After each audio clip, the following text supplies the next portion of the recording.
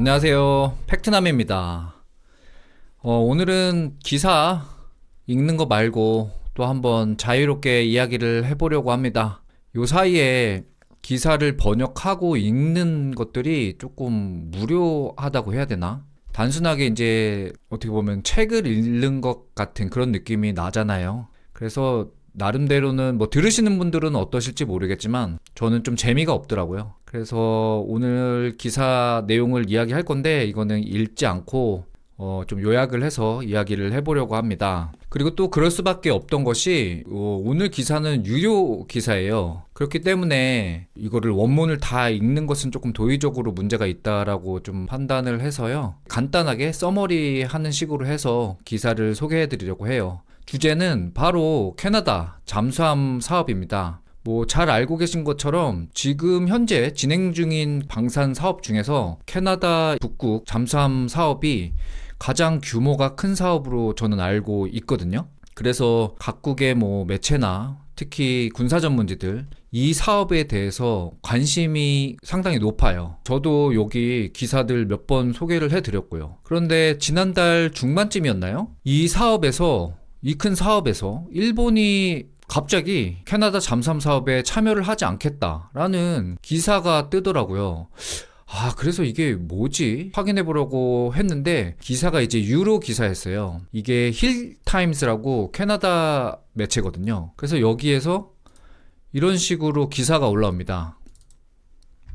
뭐냐면 일본이 캐나다 잠수함 사업에 참여를 하지 않겠다. 이렇게 되게 의미심장한 제목으로 올라오는 거예요. 그런데 어떻게 해서 기사 전문을 구했고 그래서 한번 이 이야기를 해보려고 해요. 자, 시작을 한번 해보겠습니다. 이게 제목이 말 그대로 일본이 그 캐나다 잠수함 사업에 참여하지 않겠다라고 이제 제목이 붙여진 기사입니다. 이 기사들이 평가하는 내용들을 좀 서머리를 이렇게 해봤거든요. 첫 번째, 일본은 대한민국과 함께 현재 운용하는 솔루션을 가진 유일한 나라였다. 즉, 두 나라만이 그 각국의 해군에서 일본은 해군이 아니죠. 아무튼 자국에서 현재 운영하는 유일한 솔루션을 가진 국가로 평가를 하고 있습니다. 기사에서 캐나다 잠수함 입찰에 참여한 나라들을 이제 설계 중 그리고 해상 시험 중 운용 중으로 크게 세 분류로 경쟁 그 솔루션들을 분류를 했더라고요. 그래서 설계 중 먼저 볼게요. 뭐 잘 알고 계신 것처럼 프랑스의 나발그룹의 바라쿠다를 설계 중인 솔루션으로 구분을 했고요. 그 다음에 독일 티센크룹 마린 시스템즈의 212급 CD형도 설계 중 맞습니다. 그리고 스웨덴의 사브앤 코쿰스의 C71도 설계 중인 솔루션으로 분류를 했어요. 그래서 뭐 저도 이게 이견이 없고요. 맞는 얘기죠. 그리고 스페인의 나반티아 S80을 해상 시험 중이라고 이제 했습니다. 뭐 이거는 조금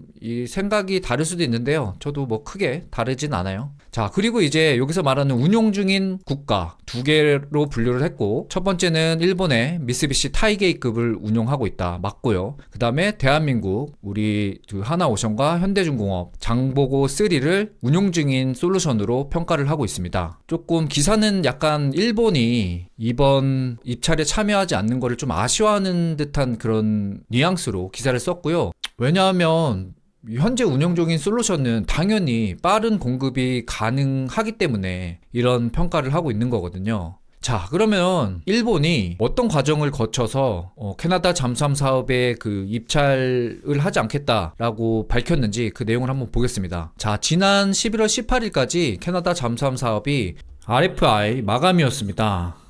그런데 일본이 마감 3일 전, 즉 11월 15일 날 주 캐나다 일본 대사관을 통해서 일본 기업은 참여하지 않겠다라고 이제 밝혔습니다. 뭐 당시 미쓰비시는 아직 이 입찰에 대한 RFI가 명확하게 기간이 끝나지 않았기 때문에 이유를 밝히지 않는다라고 이제 적혀 있어요. 즉 일본 측으로부터 왜 캐나다 잠수함 사업에 참여하지 않았는지에 대한 이유는 설명이 없습니다. 그런데 이번 그 이벤트에서 캐나다 방산 전문가들이 이제 평가한 내용들이 있습니다. 그러니까 추측이죠. 왜 일본이 이번 자기네 사업에 참여하지 않는지에 대해서요. 그래서 그 내용들을 한번 볼 건데요. 일단 그 평가들이 크게 두 개로 갈려요. 하나는 조금 긍정적인 평가, 즉 일본이 참여하지 않아서 아쉬웠다라는 뉘앙스의 평가와, 그리고 부정적인 평가는 어차피 일본이 이 수주를 딸 수도 없었고 뭐 한다고 해도 일본의 단점들 때문에 그렇게 크리티컬한 임팩트는 없다라고 이제 평가하는 두 분류로 나뉘거든요. 하나하나 보겠습니다. 일단 긍정적인 평가는요. 앞서 말씀드린 것처럼 대한민국과 함께 유일하게 운용 중인 솔루션을 제공할 수 있는 그리고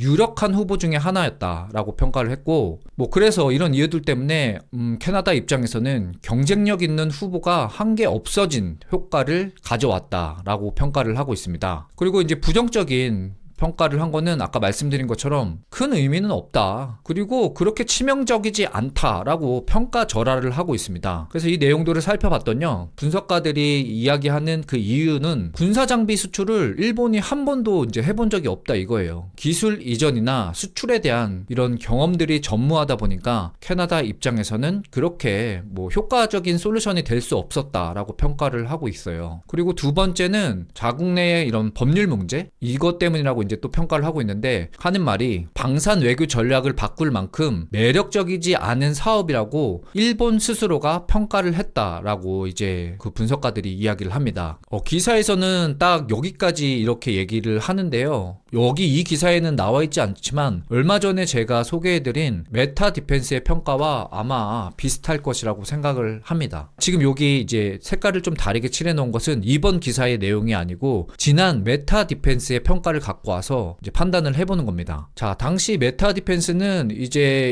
일본의 그런 뭐 법률적 그리고 정책적 이런 이유 때문에 일본이 참여하지 않을 수도 있다라고 평가를 했었고 그 내용을 해석해 보자면은 뭐 일본이 가지고 있는 평화헌법 구조에 위배를 하고 이 때문에 뭐 단순히 경제적인 실익을 얻는 것보다는 외교적 안배에 무게를 두었다 이런 식의 평가가 있었거든요. 그래서 뭐 조금 더 자세하게 들어보시고 싶으신 분은 제가 동영상 더보기란에 지난 메타 디펜스의 기사를 이렇게 좀 올려드리겠습니다. 필요하신 분들은 참고해 보시면 좋을 것 같고요. 캐나다 일단 분석가들은 이런 이유들 때문에 일본이 캐나다 잠수함 사업에 참여하지 않았을 거다라고 추측을 하고 있습니다. 자, 근데 저는 좀 생각이 다른 게요. 경제적인 이익을 보다 외교적 안배를 우선했다. 말이 안 되는 게요. 이번 캐나다 이 사업은 알고 계시는 것처럼 뭐 최근에 진행된 어떠한 프로젝트보다 가장 뭐 경제적으로 큰 사업이거든요. 그렇기 때문에 기사에서도 이제 이런 얘기를 하고 있어요. 그래서 기사가 평가하는 이 사업 내용에 대해서 잠시 이야기를 해볼 건데요. 자, 이번 캐나다 잠수함 사업은 재래식 디젤 전기 잠수함을 신규로 12를 도입하는 사업이다. 그리고 계약은 28년을 예상하고 있으며 첫 인도 시점을 35년으로 이제 예상을 하고 있습니다. 뭐 말씀드린 것처럼 총 사업 규모가 어마어마해요. 이 잠수함과 관련 시설들을 포함해서 1,200억 캐나다 달러. 이거 뭐 대략 따지면은 뭐 100조에서 120조까지 하거든요. 지금 환율이 막 올라가서. 자, 그렇기 때문에 뭐 많은 군사 전문지 그리고 지금 이 기사에서도 최근 10년 중 가장 치열한 입찰이 될 거라고 예상을 하고 있습니다. 왜? 이렇게 사업 규모가 크기 때문에. 또 이런 큰 사업 규모 때문에 이 사업이 가지는 의미가 있는데 바로 뭐냐? 향후 몇십 년간 방산업체 순위를 바꿀 정도로 대규모 사업이다라는 것입니다. 그렇기 때문에 캐나다 방산 전문가가 한 그런 분석이 100% 설득력이 있다. 저는 그렇게 생각하지 않습니다. 다음에 전체적인 캐나다 잠수함 사업에 대해서 전체적으로 이제 전문가들이 평가를 했는데 내용은 이렇습니다. 35년을 첫 인도 목표로 하고 공급 타이밍이 주요한 포인트다. 맞죠? 그렇기 때문에 대량 생산 역량이 매우 주요하다라고 사업을 평가하고 있습니다. 또한 이런 프로그램의 그 타이밍과 대량 생산을 요구하기 때문에 운용 중인 솔루션이 상당히 유리할 것이다. 그래서 대한민국 장보고 3를 언급하면서 상당히 이제 유리한 솔루션이 될 수 있다.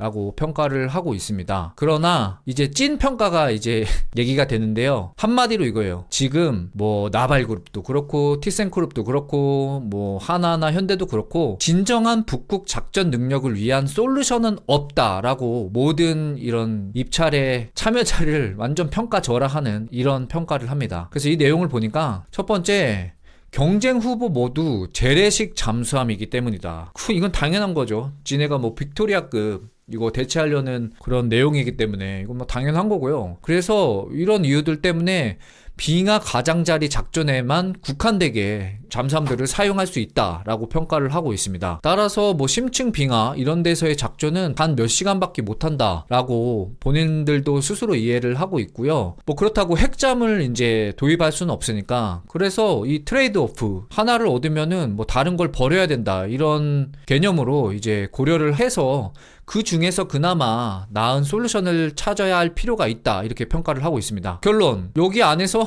정책에 부합한 솔루션을 최종 결정할 것이다. 이게 이 기사의 내용입니다. 저는 이 제목이 상당히 의미심장했잖아요. 일본이 잠수함 참여를 안 했다. 그래서 뭔가 되게 좀 거창한 분석 기사일 거라고 생각을 했어요. 뭐 그리고 또 유료 기사니까. 그런데 우리가 흔히 알고 있던 이런 내용의 기사더라고요. 그래서 이제 뭐 전체적으로 제 개인적인 생각으로는 캐나다 방산의 전문가들이 이야기하는 그런 포인트 중에 몇 가지가 있어요. 공통적으로 장점이 될 만한 요인들. 그게 뭐냐면 바로 타이밍과 대량 생산입니다. 그렇게 따지면 우리 한국 업체들이 유리하잖아요. 그쵸? 왜냐하면 기사에서도 언급한 것처럼 현재 운용 중인 솔루션을 가지고 있으니까. 그리고 우리 속도 뭐 다른 나라와 뭐 비교 불가죠. 그리고 이제 뭐 다른 나라들 뭐 잠깐 얘기를 해보면 스웨덴도 지금 뭐 2년, 3년 이렇게 각각 밀렸다고 제가 지난번 기사에서도 한번 말씀드렸고요. 그 다음에 뭐 프랑스 쪽은 뭐 지금 발주량이 상당히 많기 때문에 요거 프랑스 쪽도 어려울 것 같고, 그렇다고 뭐 이제 개발 중인 뭐 티센크루페 뭐 212급 CD형이나 그리고 부력 문제로 문제가 있었던 이 스페인의